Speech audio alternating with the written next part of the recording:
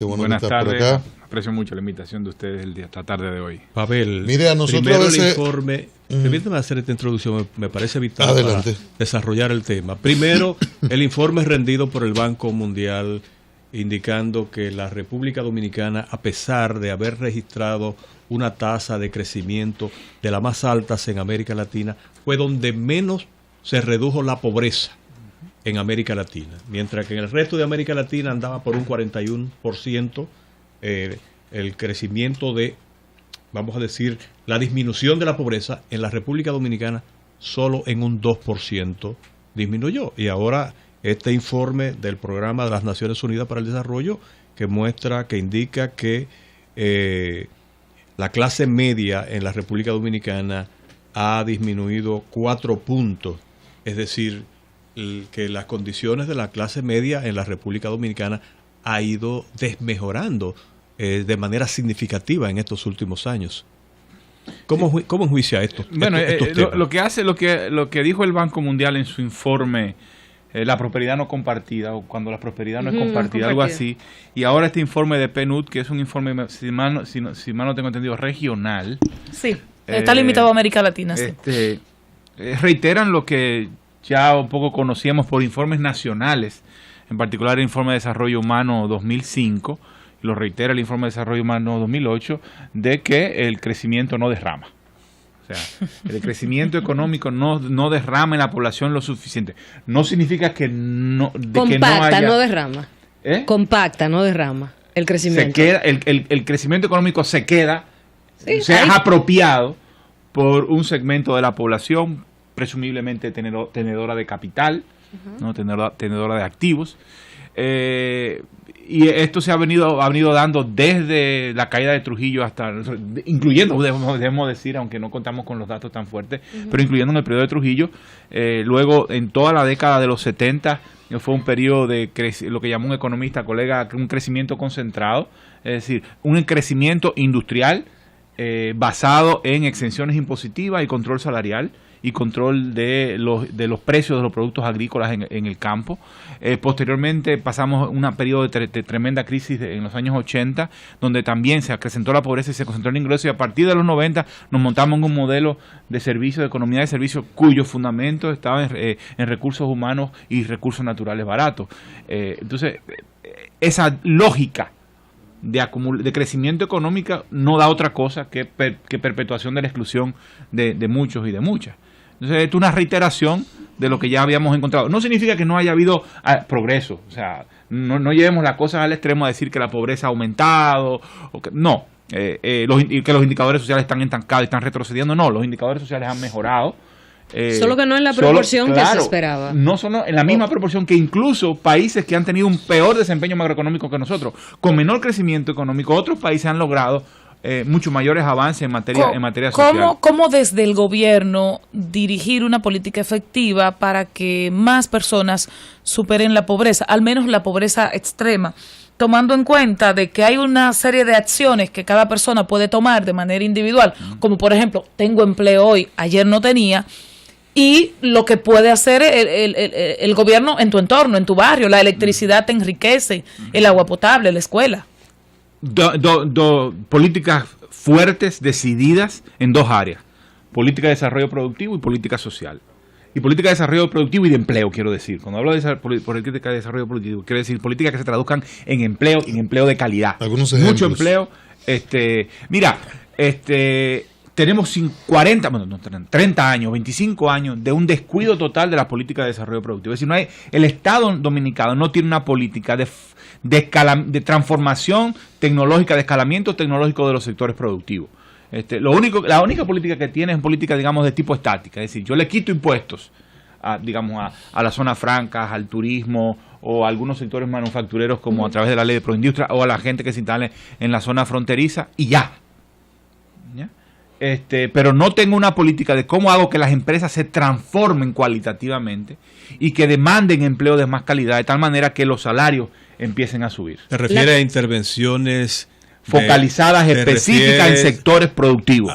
Agricultura. ¿Te refieres a intervenciones de envergadura asumidas por el Estado, por ejemplo, para transformar determinados sectores productivos? Exactamente. Por ejemplo, pero tiene que ser mejorar los niveles de productividad. Sí. Y eso tiene que ser por sector. Eso no agricultura, por ejemplo, ya que la mencioné. El tema agricultura. ¿Qué pasó con la política de reforma agraria? Y la reforma agraria era mucho más que distribución de tierra. Se quedó en un poco de distribución de tierra, pero no hubo transformación productiva significativa, excepto para arroz, que sí hubo algo de eso, donde por un tema político, del producto político, y bueno, entonces se juntó crédito con semillas, con las variedades de arroz y demás, pero el resto de los productos, digamos, quedó marginado. ¿Dónde están las políticas para hacer que los sectores, que los productores, pequeños productores agropecuarios, logren aprender tecnológicamente, logren acceder a recursos, a crédito?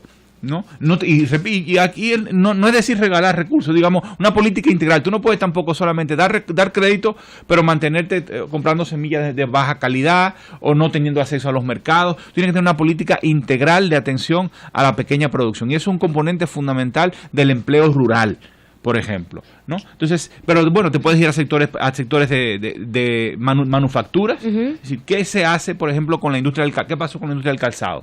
¿Y qué se podía haber hecho con la industria del calzado para mejorar la productividad, la competitividad de estos sectores, el aprendizaje? Entonces son políticas específicas. Ahí va yo. ¿Qué rol juega la competitividad en todo esto? La competitividad es un resultado. Okay. Es un resultado de una interacción entre el Estado y el sector privado, o los sectores productivos en sentido amplio, no solo el sector privado, puede ser el sector cooperativo, asociativo y demás, en buscar mejorar la productividad. La productividad significa producir más con menos, y además producir nuevas cosas, nuevos procesos y nuevas cosas. Entonces, ese es el empleo, esa es la parte, digamos, de empleo y desarrollo productivo, hacer que la demanda de empleo crezca más rápidamente que la oferta de fuerza de trabajo, de tal manera que se agote el exceso de fuerza de trabajo y empiecen a subir los salarios. En ese contexto, ¿cómo ubicamos las visitas del presidente al campo? Antes de eso, la otra parte que me faltó fue la política sociales. Okay. El otro gran filón. Es decir, fortalecer las capacidades humanas, las capacidades productivas de la gente. No solo la política social no solo debe tener una perspectiva económica, productiva. Tiene que ser tener una perspectiva de ciudadanía, de construcción de ciudadanos y ciudadanas. Y además tiene que tener una perspectiva, digamos, ética. Es decir, yo no puedo aceptar que una gente pobre, yo puedo aceptar en principio que una gente pobre vive en una casa pobre, pero yo no puedo aceptar que una gente pobre vive en un cuerpo pobre, para decirlo de alguna manera. Entonces, tiene que haber una visión ética, pero también tiene que haber una visión de fortalecer las capacidades de la gente. Es decir, mejor nutrición, mejor salud, mejor educación. Y todo ese filón. Política económica y política social no son dos cosas separadas. Son dos formas de entender intervenciones del Estado para un mismo objetivo, que es el bienestar de la gente, porque tenga más empleo y porque reciba servicios sociales de calidad. Ahora voy. Yo creo que el valor, voy a empezar por lo positivo. Ajá. Yo creo que las visitas del presidente y la política pública fue un paso positivo frente a lo que había antes, que era la ausencia total de política hacia la agropecuaria, hacia el desarrollo rural. Y yo creo que es una gota, un chorro de agua fresca en un ambiente sumamente árido. Y yo creo que eso es lo que principal hay que rescatar. Volvió a poner el tema de la cuestión rural y la cuestión agrícola en la preocupación de la gente, y ahora empezamos a saber y entender que es posible, después de mucha insistencia de mucha gente, pero que caía en no se escuchaba. Ahora el presidente entendió también eso y empujó. Ahora, eso es un tema bastante limitado. O sea, la aproximación que ha tenido, digamos, se la aguanto y se la celebro un año. Okay. Pero ya hay que darle un nuevo carácter. Ya no es novedad. Dice una amiga mía y amiga tuya, Yolanda, que el campo merece más que una tarde de domingo. Entonces, hasta poético. Necesitamos una política de desarrollo productivo. Le doy la bienvenida y le aplaudo. Ahora llevémoslo a otro nivel. El programa Solidaridad empezó, no recuerdo bien hace qué cantidad de años, pero tiene ya sus años. Y por lo menos todavía recibimos la información de que en este mes tantas personas se incorporó a recibir la tarjeta Solidaridad o la tarjeta de subsidio por el GLP.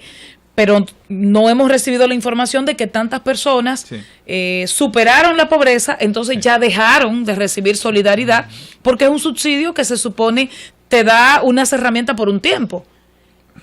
¿Habla eso entonces? ¿Puede eso interpretarse como un fracaso del programa desde el punto de vista en que como nadie ha dejado de percibir solidaridad, tenemos que interpretarlo de que 10 años después la necesita? Ya, yo creo que hay una doble interpretación. Primero, el aparato económico no genera los empleos como para que la gente salga de la pobreza. Es decir, el movimiento económico, no está ocurriendo un movimiento económico y una transformación productiva que se refleje en la calidad del empleo, la calidad de los ingresos de las personas. Entonces tú tienes una pobreza persistente. Subió la pobreza, digamos, teníamos un nivel de pobreza alrededor del 30% antes de la crisis bancaria financiera de 2003-2004, se disparó al 40 y tanto, luego vino la fase de recuperación, bajó hacia el 30 y tanto, y a partir de ahí se ha mantenido prácticamente estable con una ligera pero muy limitada tendencia a la baja. Eso significa que más allá de este periodo de crisis, el aparato económico no está generando oportunidades para la gente. Luego está la otra lectura que hay que hacerle es la siguiente: el Estado dominicano puso demasiado énfasis en el tema de la asistencia social. Y yo creo que lo que aquí hay que girar la política hacia, que tiene un rol la asistencia social, no estoy diciendo, pero lo que hay que vincularlo a los servicios fundamentales. Es decir, la idea no es transferir solo plata a la gente, sino que la gente logre acceder a los servicios sociales de calidad, educación y salud. Pretendía, pero no lo logró. Promoción social. Pretendía ser promoción social. O sea, la idea era la siguiente, y se ha aplicado en otros países con más efectividad que acá. Yo te doy un subsidio, te doy una plata, para que tú, es un incentivo, para que tú venzas cualquier problema que tú tengas y lleves a los niños, a las niñas a vacunar. Lleves a los niños a la escuela, ¿no? Asistas a charlas, todo eso. Sin embargo, me parece que eso lo llaman la corresponsabilidad. Yo creo que la corresponsabilidad no ha funcionado del todo. Por ejemplo, no ha tenido el impacto que tuvo que haber tenido.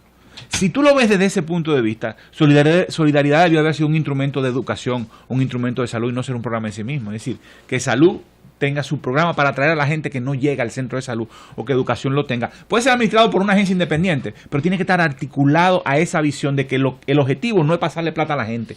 El objetivo es que haya un 100% de cobertura en vacunación. Hay un 100% de cobertura en educación básica.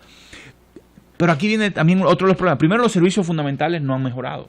Es decir, tú le das la plata para que vaya la gente a la escuela, pero sencillamente lo que recibe en la escuela es una educación de muy precaria calidad. Luego vayamos, por ejemplo, a vacunas. La vacunación, la cobertura de vacunación, que es relativamente alta, como ha sido en todos los países. Sí, aquí es alta. Supera el 90%. Pero eso no mejoró. Superó, llega a ser más del 80%, 80 y tantos %, pero no en un esquema completo. Bueno, y es muy alta en cuanto a cantidad de personas vacunadas, pero hay muchas vacunas esenciales que todavía faltan, entonces la calidad es baja. Ahora, te hago una pregunta en otro aspecto. ¿Qué hacer entonces cuando tú tienes, vamos a suponer, quiero integrarme al tren productivo del país, quiero trabajar, pero hay dos temas? Primero, no hay trabajo, y segundo, te preguntan, ¿qué tú sabes hacer? Ay, yo soy bachiller, pero yo de todo. Cuando te dicen yo hago de todo, coge miedo. Entonces, ¿qué pasa cuando no hay empleo, pero cuando tú, como dispuesto a trabajar, tampoco tienes un currículum que te ayude? Correcto. Y todos queremos ganar también. Y aquí viene el tema de la crítica, quizás una crítica constructiva, que quiero que se interprete así, al programa de solidaridad en materia de corresponsabilidad en educación. ¿Por qué le vas a poner corresponsabilidad para que niños y niñas asistan a una educación básica que ya de hecho han estado yendo? Es decir, cuando entra solidaridad, ya la cobertura en educación básica era del 90 y tanto %. Mira, la prioridad debe ser educación secundaria, que es donde está, como yo digo muchas veces, el desricadero, la salida. Y yo creo que la gente de solidaridad y la gente social están muy conscientes de eso, y por eso están pensando, pero lo vienen pensando desde hace demasiado tiempo y no logran como articular una propuesta concreta de ir migrando, si se quiere ir migrando el programa desde educación básica o ampliándolo, no sé, eso es una discusión, porque también quitarle a educación básica para dar educación secundaria puede ser problemático. Pero bueno, ¿cómo hacemos para hacer que el programa empiece a a enfocarse en educación y alfabetización, en educación secundaria, porque educación secundaria, voy a terminar esto, porque en educación secundaria es donde se adquieren las habilidades básicas para el trabajo. Exacto. Y luego y los fundamentos para aprender un oficio, para aprender, ¿no? Entonces, por ahí hay ese tipo de cosas las que hay que para darle un giro a la política social, desde la asistencia, ¿tiene algún desde peso? el asistencialismo hacia una política de servicios universales, servicios básicos universales de calidad. ¿Tiene algún peso? ¿Algo como un programa como Quisqueya Aprende No, eso sí. Contigo. Por supuesto, sí. Porque esas son de la gente que más se ha quedado atrás. Y no era una gran cosa, a ver, es una gran cosa política haberlo hecho.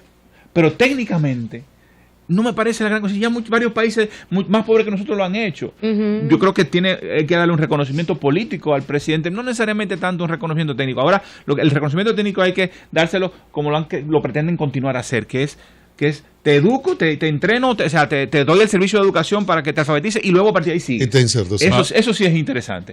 Si no, tiene un rol muy importante, porque es sacar a la gente más marginada o darle un instrumento, un elemento para sacarlo de esa marginación.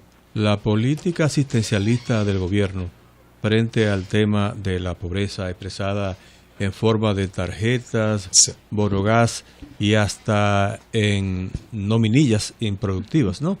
Que se sabe que... ¿Qué política social? Eso, se supone que eso, Oye, aunque no está incluido de manera formal en la política asistencial del gobierno, evidentemente se supone que esa podría ser la única, no justificación, la única explicación que tendría eso, si tuviera alguna explicación desde el punto de vista económico y social. Pero esas prácticas reducen la pobreza o acentúan y arraigan la pobreza.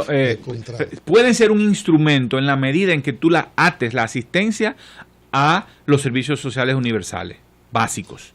Es decir, educación, salud. En la medida en que tú hagas que la asistencia empuje a la gente a ir a servicios de asistencia social y que esos servicios de asistencia social sean de calidad. Es decir, la asistencia social, para ponerlo en palabras sencillas, funciona cuando todo lo otro funciona. Si no, se te convierte en un paliativo. Cuando todo lo otro funciona y cuando tú tienes a la mediano plazo un funcionamiento del aparato económico que te genera empleo y que te permite a la gente graduarse. Conformidad de la gente con su propia situación. Bueno, yo recibo esto, entonces con esto yo me mantengo y tengo la mitad de lo que necesito. Pero si la gente tuviera oportunidades de ir más allá de eso, también lo tomaría. El punto es darle esa oportunidad. Claro. Y eso se fue a través de educación, salud y empleo. Ahora hay reclamo al pacto fiscal. ¿Hacia dónde debería apuntar el pacto fiscal? ¿Qué es lo que vamos a hacer? Primero, mejorar la calidad del gasto. Yo creo que lo que hay que empezar a construir un Estado diferente. Todo el mundo está de acuerdo con eso. Entonces, bueno, pero no se hace mucho. No se hace lo suficiente. No significa que no se haga. Yo creo que decir, no se hace nada. Yo creo que hay algunos pasos. Pero son muy limitados y no cambian lo fundamental. O sea, que en el país de las estadísticas lo loco y la generalización, eso es... Con relación al pasado, para la pasada administración es mínimo.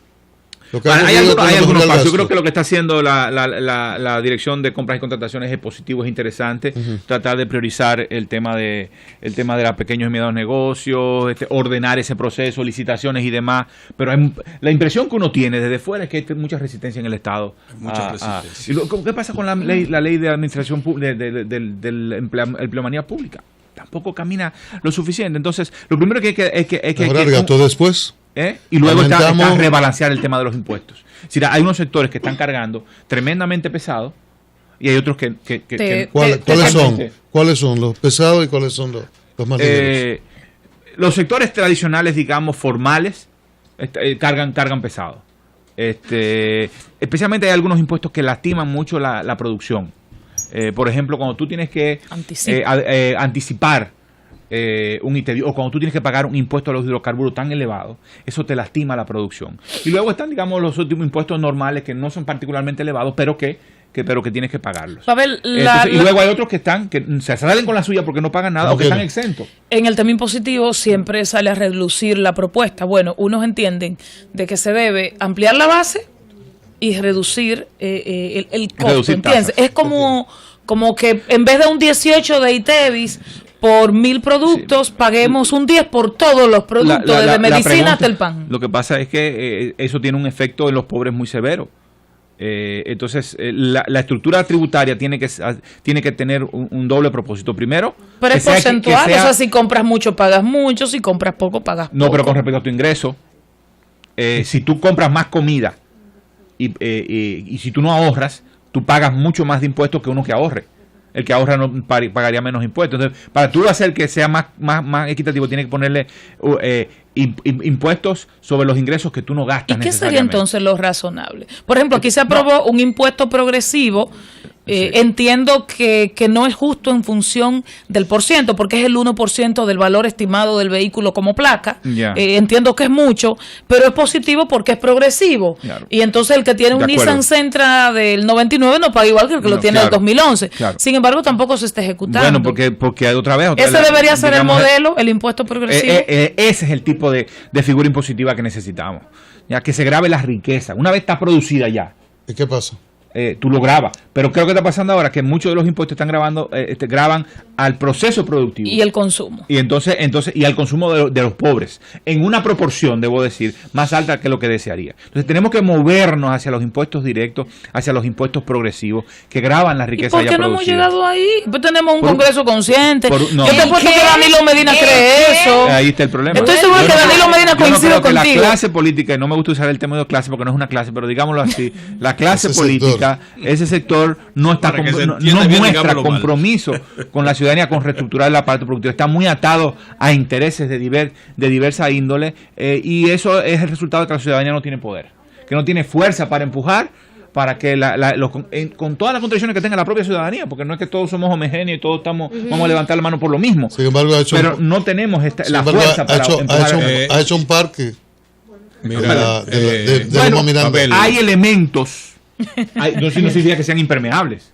Claro, hay elementos, o sea, esta población presionó para el 4% por la educación, presionó para que no hubiera una cementera en las inmediaciones de un parque nacional, presionó para este caso de Loma Miranda. En fin, hay algunos elementos que están empujando la acción ciudadana, que yo lo creo bastante positivo. Yo sé que tú eres adivino, pero los economistas se arriesgan mucho a hacer predicciones.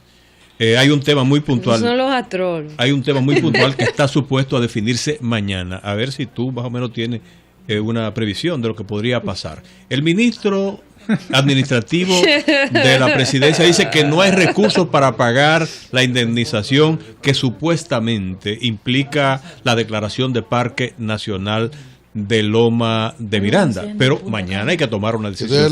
¿Tú qué piensas que va a pasar? No sé, la verdad no sé. Pienso que lo políticamente inteligente por parte del presidente sería sencillamente aceptar el dictamen de la opinión pública. Y yo creo que la opinión pública políticamente inteligente. Y el costo económico, sobre todo tú que eres economista. No estoy seguro de eso. Pienso que no crees que sea muy alto. Hay diferentes cosas. La empresa pagó un monto de dinero por los terrenos que explotaría. ¿Ese no sería el valor de esos terrenos? O porque quieren decir que es se habla del valor del mercado, del rendimiento de la concesión. Se pierde por no ejercer la concesión. También hay una plata que le debe a la comunidad por las contribuciones no pagadas. No sé, ahí hay todo un debate que yo no tengo idea de cómo puede resolver. El punto es que hay un estado de opinión. Claro. Y yo creo que el presidente no va a tener mucha opción, y si va en una dirección contraria, yo creo que va a pagar un costo político significativo, y sería un costo político, me parecería innecesario. Pavel, muchísimas gracias. A la orden. Pórtese bien, nos vemos pronto. Pavel Isa, economista de los buenos. Cambio y fuera. Y Canillita.